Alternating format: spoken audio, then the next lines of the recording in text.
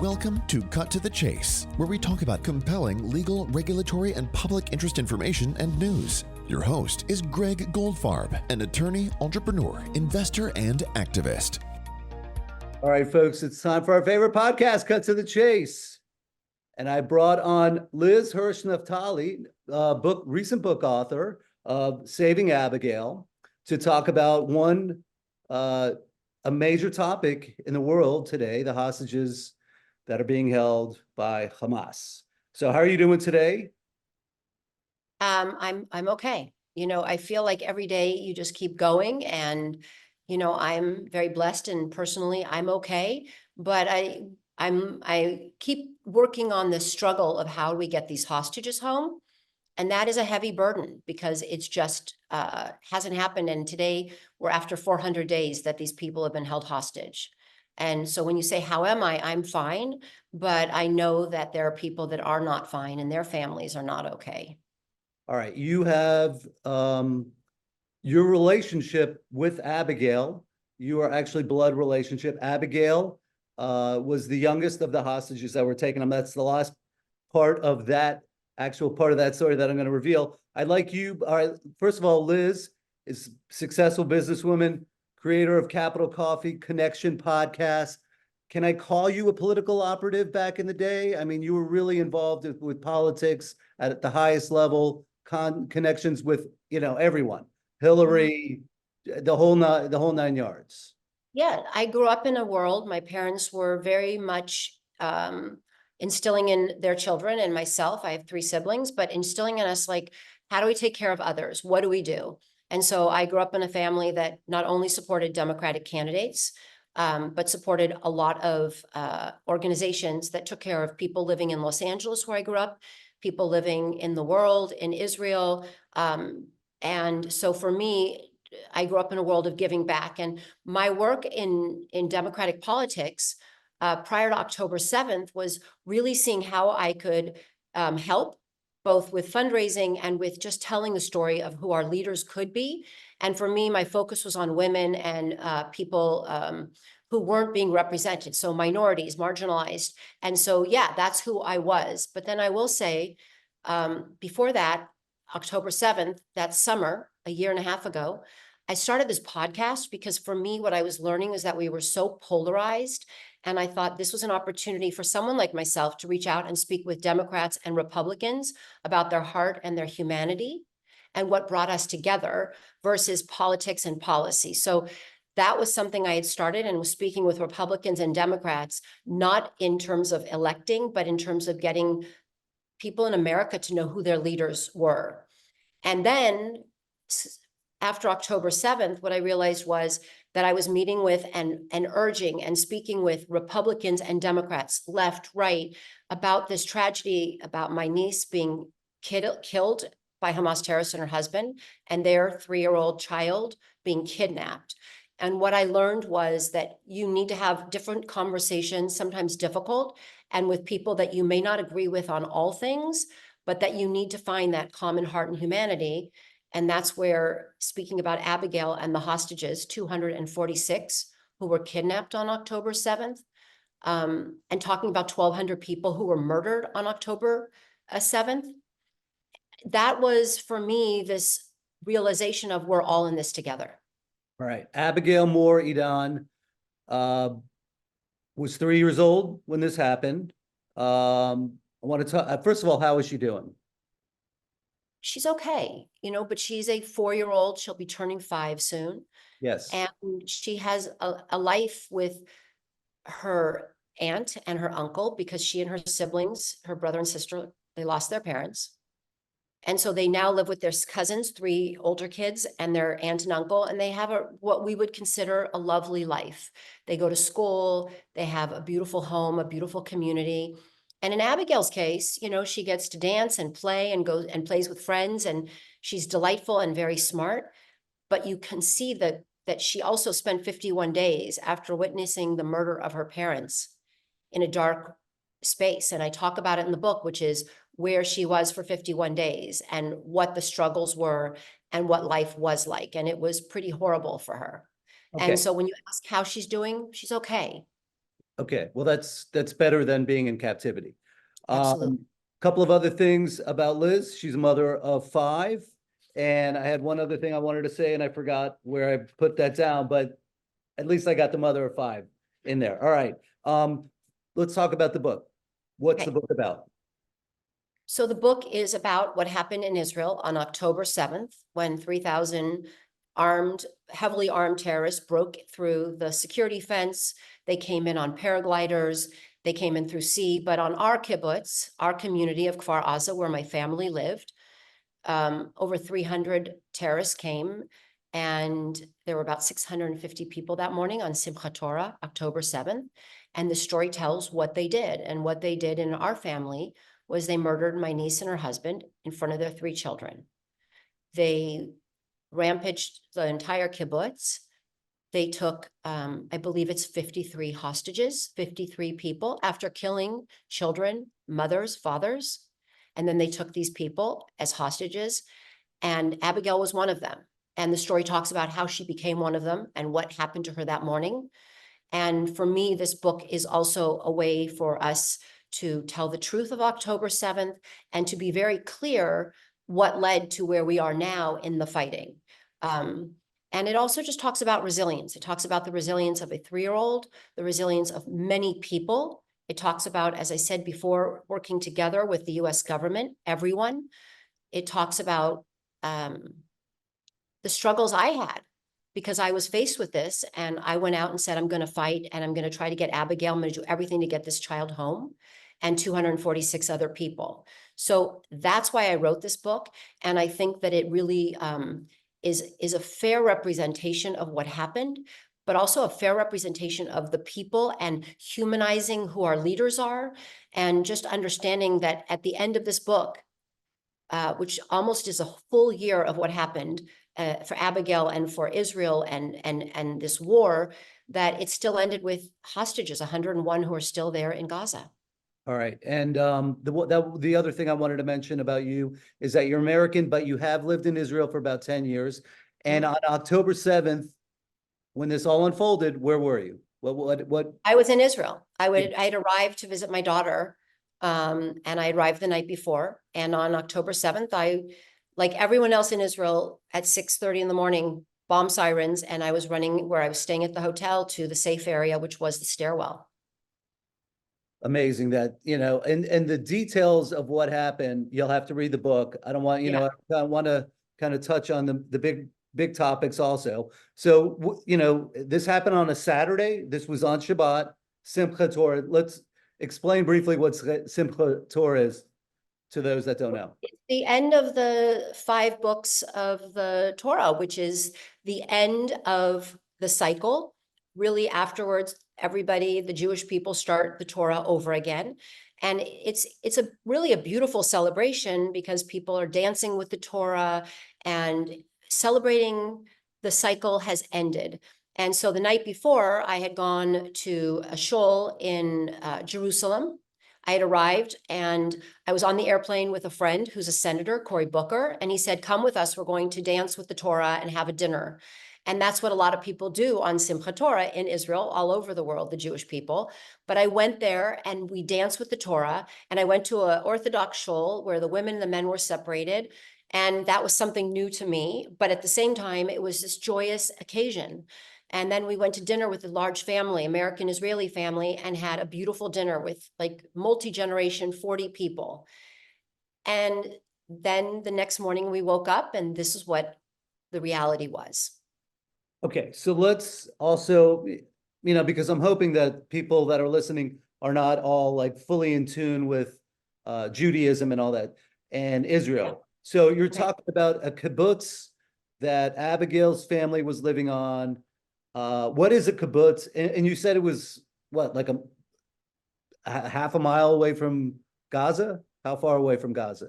So it's the border fence, which was next door to, which is literally when my family, my niece who was killed and murdered, her house was the corner house. So right next to her house, 100 yards, not even 100 yards, like 50 yards away, is the border fence. Yeah. About a mile, about half a mile from there is Gaza City. So when you walk out the front door of this home on this community called a kibbutz, you look to your right and you see Gaza City. That's how close it is. What is a kibbutz? So a kibbutz, just to be clear, is really a community. It's a neighborhood. It's greenery. It's little houses. People live in community and in different forms, but basically they share businesses and they share community things like a pool, a dining hall. And it's really a neighborhood where kids go to school together, they grow up together, and they live as one. In the old days, it was really farming, and it was a way for new Jewish settlements to be built in Israel, in the sovereign Israel, and for people to have a community and to have a business and to be in the farming. They still do farming and they still did farming on Kfar Aza, but it also then becomes where they can have factories and other forms of business that support the people who live there and they work within those businesses.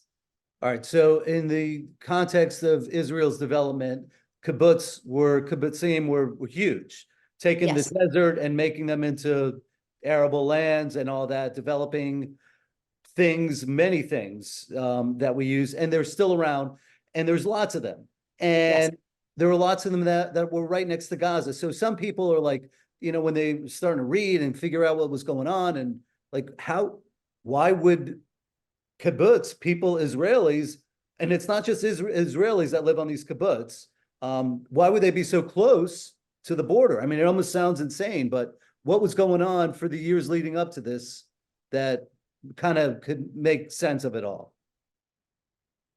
Well, a couple of things. One, it's Israel. This is in the lines of Israel, in the border of the sovereign state of Israel, and people can live and should live all through the land of Israel.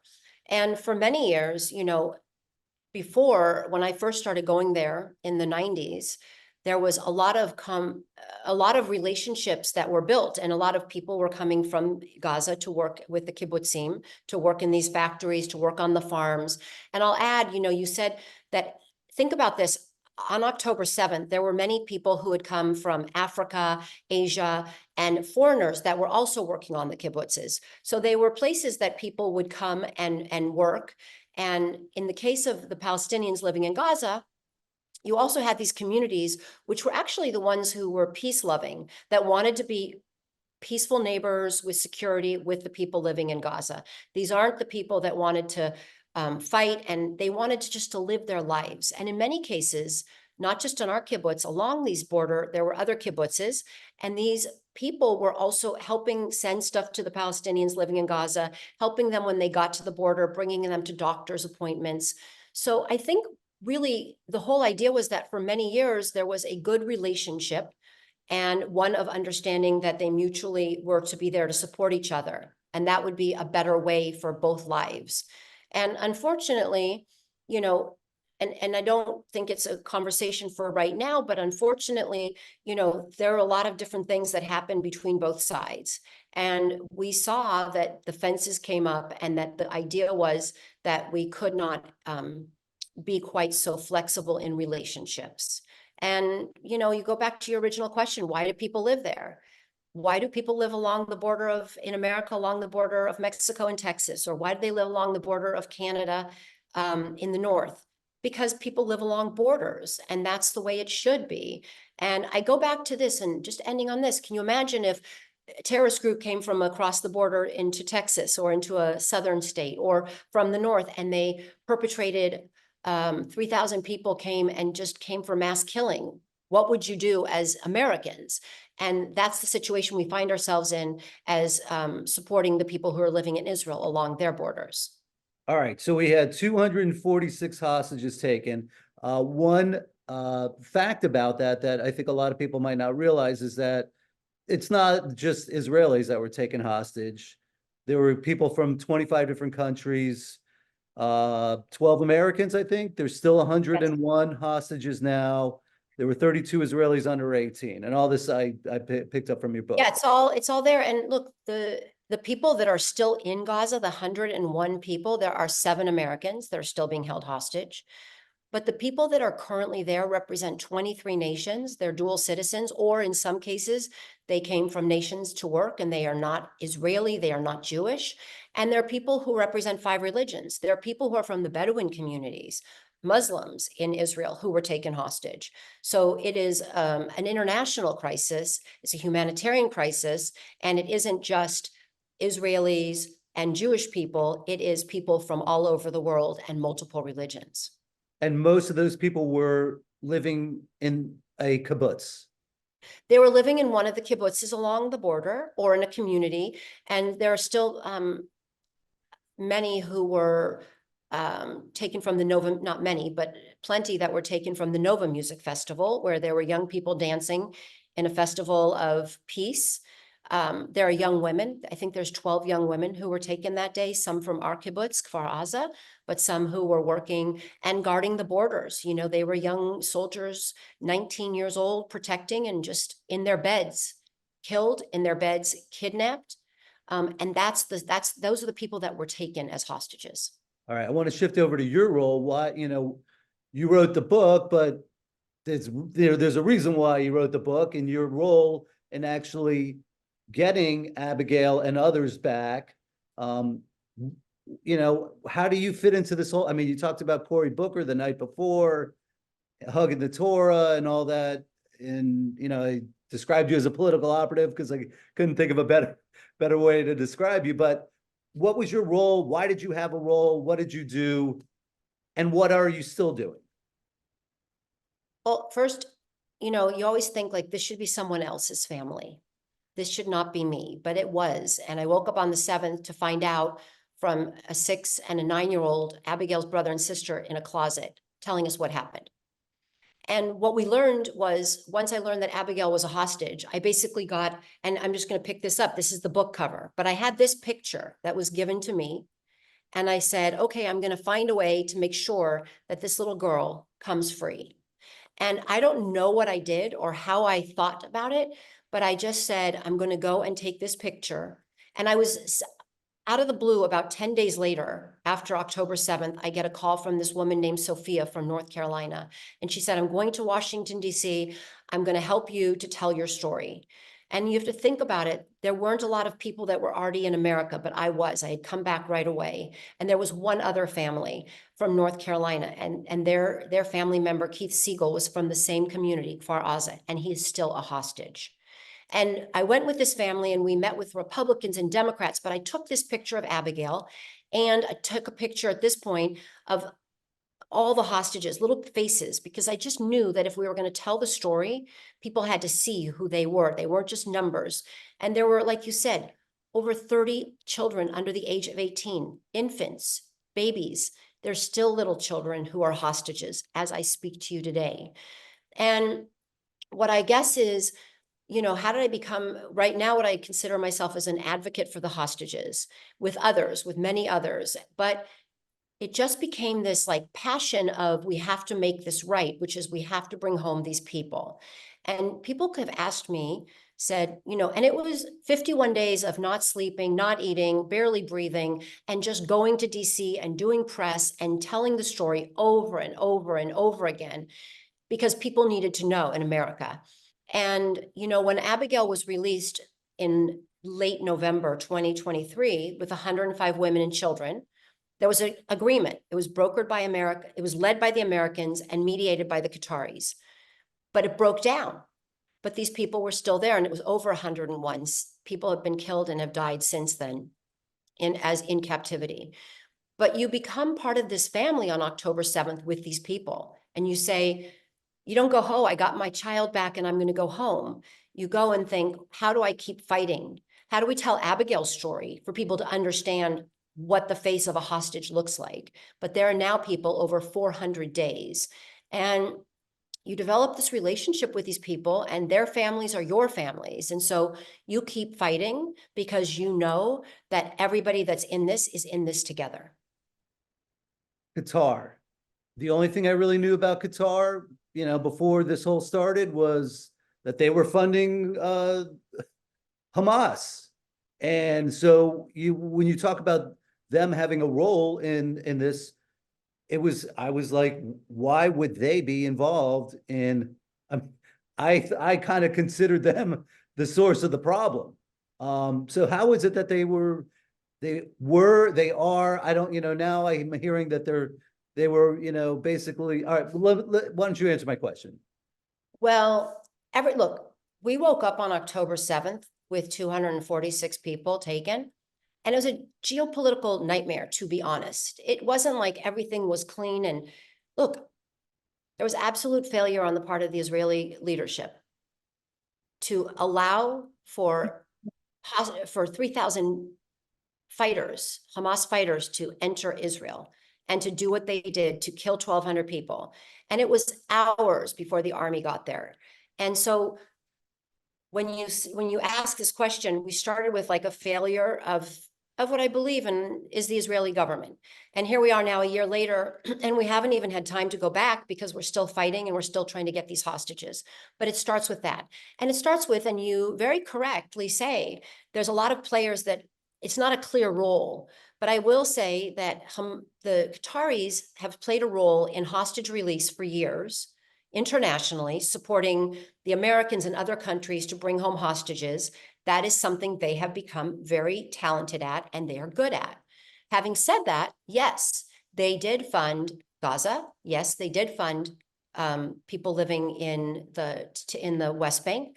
But keep in mind that that was done with the support, the knowledge, and of Prime Minister Netanyahu. It wasn't, they didn't just bring in the money. The prime minister knew what was happening. He supported it. And people talk about Hamas, they're located in, in Doha. That was because the US and the Israelis had said, house them there. We can keep a better eye on the Hamas political leadership if they're there. So, excuse me, when you talk about it, it's not just what I'm saying, and it's not just what we read. It's a very complicated relationship. And so, yes, the Qataris are very good at hostage mediation internationally. They've become leaders in that. And they also play a part in how we got to where we are. But it was done with the agreement and the support of the Israeli government led by the prime minister, by Prime Minister Netanyahu. So it's not just a cut and dry. There is a lot that led up to this moment. All right, now we could have 200-hour podcasts on Bibi Netanyahu. But I would, in your role, you were really high on the food chain. I mean, you were with the presidents, Hillary Clinton, and I know that this was really important to you as someone, that was really involved with the Democratic Party. And you mentioned this at the beginning. You basically connected with Republicans on this issue. And we've just come through another one of these, this is the craziest political season ever, and Republicans are from Mars and Democrats are from Venus, and they can't agree on anything. Share with us your experience, and what do you feel like this whole event maybe can serve the public in terms of seeing these different political parties? So I'm going to give you a very brief piece, but I think if you read the book, Saving Abigail, you will understand that if you really have these conversations with people that you aren't comfortable with or familiar with, there's a lot of really good leaders in the United States government. We hear a lot of stuff that is hard for us to believe, whether you like the results of this last election or not, whether whomever and wherever. What I've learned from this process is you need to talk to everyone. And I spent a lot of time speaking with Republican leaders, House and Senate, people like Steve Scalise, who I did not know before other than what I heard on the news. And I sat in his office and there was a real human, a father, a person who really cared and has cared. And I can then say I sat with Leader Jeffries, a father, a leader, a man who really cares. I can talk about Susan Collins, read the book. This woman who is a Republican went out and was a voice for Abigail, because in the beginning, when I would speak with our leaders, I would say, Abigail's mother and father were murdered. I need everyone to be their voice of the parents to fight for Abigail and the hostages. And I have to tell you, Greg, like that happened. And even I just came back from another week in Washington, D.C. after the election, meeting with Republicans and Democrats. And I know that the President Biden met with President-elect Trump. And the one thing that we said was like, keep working together to get these hostages. And there is this understanding that it is going to take all of us to put the pressure on Prime Minister Netanyahu and the Hamas leadership to get these hostages home. And you didn't ask this question, but getting these hostages home, getting them released, it does two things. It does a few things. It means that there's a cessation in the fighting, which we need. It's not okay that we just keep fighting. It helps the people living in Gaza because they are suffering because of the war started by Hamas. So there's that really important part, which is how do we bring home these hostages, but also help help the people living in the region, but also for Israel. And when Abigail came back to us, it was a miracle. It was the most amazing thing. And I know that it was done because President Biden made it a priority and the Qataris led it. That is very clear. But there was political will on the side of Hamas and the side of Prime Minister Netanyahu. But what I also learned is that we as a family, and Abigail we were able to move forward with this tragedy, but to move forward. And right now there's 101 families that cannot move forward. They cannot start to heal. And Israel cannot start to heal until these people come home, because for all of the Israelis and for Jews around the world and people who are with hearts, the release of these hostages is what we need in order to move forward. And so what I keep trying to talk about, and this is where my passion is for the state of Israel, is that these hostages need to come home so that Israel can begin to heal and to move forward. And until it does, the legacy of Prime Minister Netanyahu and October 7th are what people think about, as opposed to how do we move forward? How do we make the world better for Abigail and these children living in the region? All right, so you actually did meet Biden. You met Netanyahu. What was your take on Netanyahu in terms of his desire to focus on the hostages? I'm trying to figure out the most politically correct way to phrase that question. Look, the results are there's no hostage. These 101 people haven't been released. It's now the middle of November. They've been there over 100 days. The Prime Minister has said many times throughout this year, one of my goals is to release these hostages. Releasing these hostages is very important to me. But here we are. We met with him, the President of the United States. Biden invited the American hostage families to sit with the Prime Minister on July 25th when he came to address Congress. He committed at that moment to the rapid release of the hostages. Here we are now, a few months later, they're still not back. All I can say is that if you say that the release of the hostages is your priority, and they are still not there, and these are people that are his people, and they haven't come home, that's your answer. I don't have to say more. It's just, we haven't done what we need, and he, as the leader of Israel, has not done not only what he needs to do, but what he is committed to do. All right, going back to your role, I think maybe some people, they were looking on your face and they watched CNN and they were following the story. Maybe they saw that CNN was bringing you on left and right to talk about this. And why was that? I mean, I know that you were politically connected and obviously you're related to Abigail, but it seems like there was, you had value at that point for CNN and the media. Yeah, I mean, look, I still do from time to time pieces. The other hostage families are out there a lot more because when it comes to the 24/7 news, and this is a good piece because the hostages seem to, because it's been so long, they become a little bit forgotten. They become, whatever the latest news is, it doesn't give the hostages the air and the elevation they need. So there's still families that are doing press quite often, and I do press. But when Abigail was a hostage, I was able to articulate her story, which was resonating with the people watching, mainly in America and even throughout Europe, but it resonated. People understood the tragedy of a 3-year-old. And so for me to be able to have that moment, a couple minutes on a CNN spot or a Fox News. Listen, I did Fox News when the book came out with Neil Cavuto because he had followed the story and he cares about these hostages. And the only thing that I'll say is those are the moments where we can get international recognition, and we can push these hostage stories.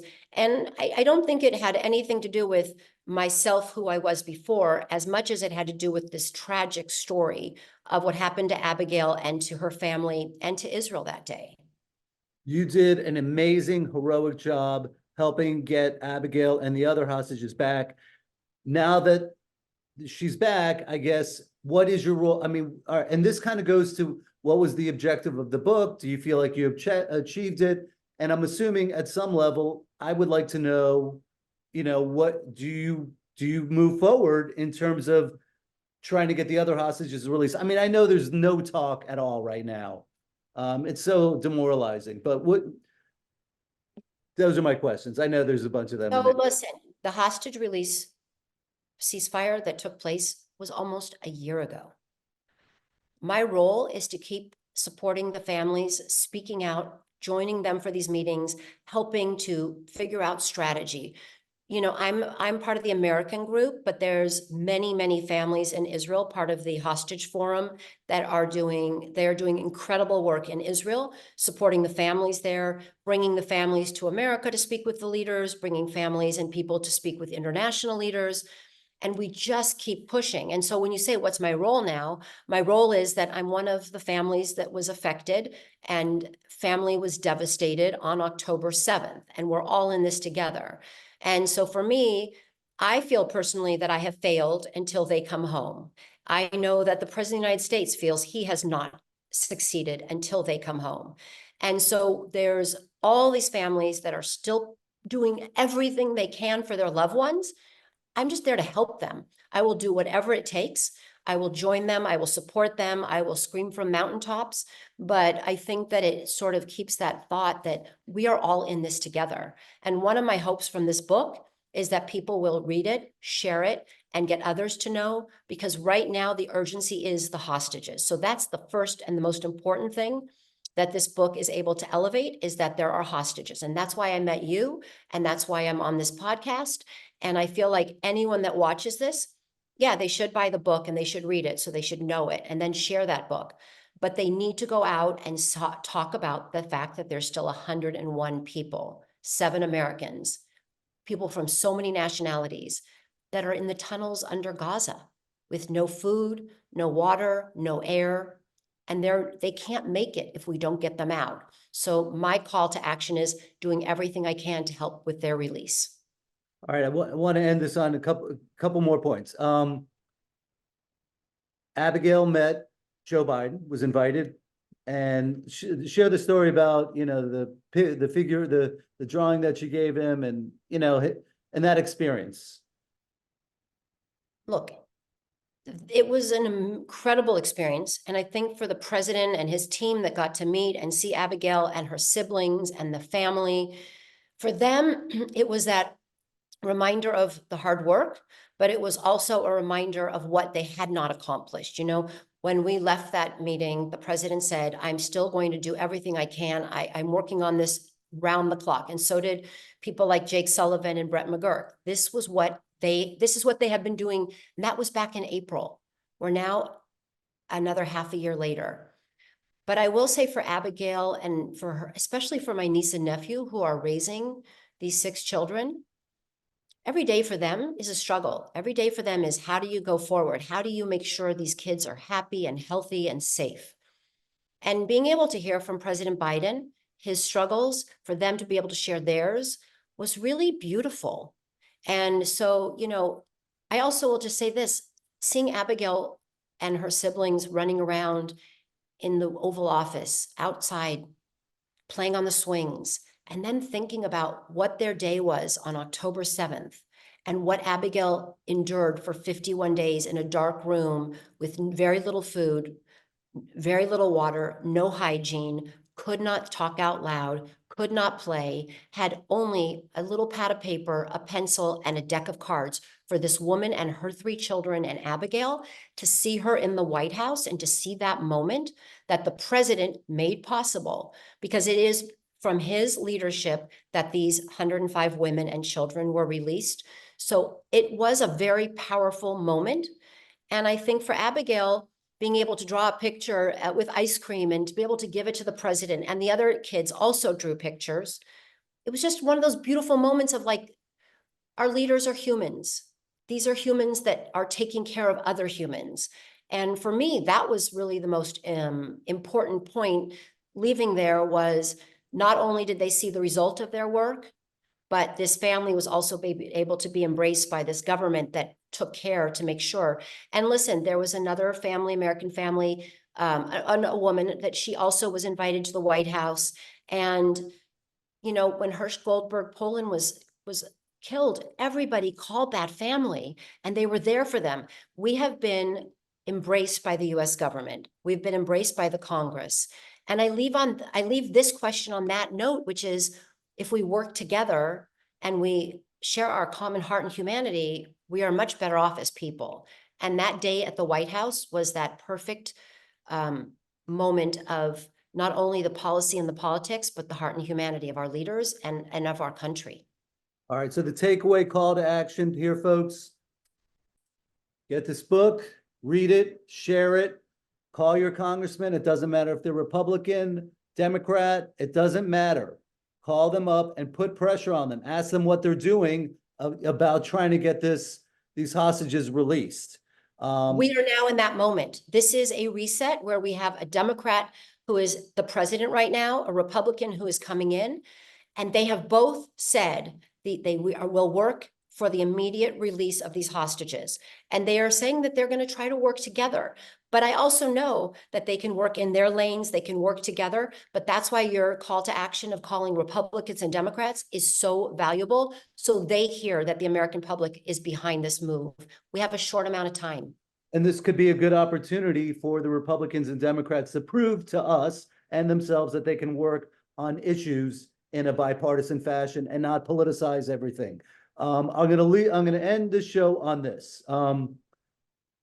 I grew up Disney World. I was a little kid. Disney World became the thing, and my parents used to take me twice a year. My mother was suffering from dementia for like 15 years, 16 years, whatever. Her favorite ride, It's a Small World, and I know. Yeah. Well, I won't give it away, but I do talk about it in the book. And I think that, you know, it represents this ideal, but I do believe that we should be trying to search for that ideal and work for that ideal, because it's little children from all over the world dancing and singing and celebrating. And I think at the end of the day, that's what we all want. And that's what this book, I hope, shares, that we can work for it. But yeah, it's a small world, and it is. We're all in this together. Well, now I'm all shaken up thinking about Well, It's a Small World, my mother, and all that. And you'd Yeah. asked me before we started if I cried after reading the book. Well, I'm crying. Yeah. That'll do. Well, listen, I believe that this book is really emotional and many people cry. But if we cry together and we can understand what we can celebrate, I think it makes it so much more worthwhile. And I really appreciate this opportunity, Gregg. I mean, we met and you reached out to me, and this has been this response. There's been so much love and so much warmth. We hear in the news some anti, but the truth is the majority of people have been embracing different religions, different races. And I end on that one because that is what the Small World ride. That's why it was important to your mom. That's why it was important to me growing up. That's why watching children go on that ride and seeing the magic is what we want to be able to do as humans for our people and for our children. All right, that'll do it for this episode of Cut to the Chase. Liz Hirsh Naftali, saving Abigail. Abigail's been saved, but there are others that need to be saved. Yes. Liz, thank you for coming on to the show. Thank you, Gregg. That's all for this episode of Cut to the Chase. But before you go, will you open up your podcast app and give us a 5-star review? You can also leave a comment about what you liked most or other topics you'd like us to cover. And please be sure to subscribe so you don't miss any upcoming shows. Thanks, everybody. Be safe out there.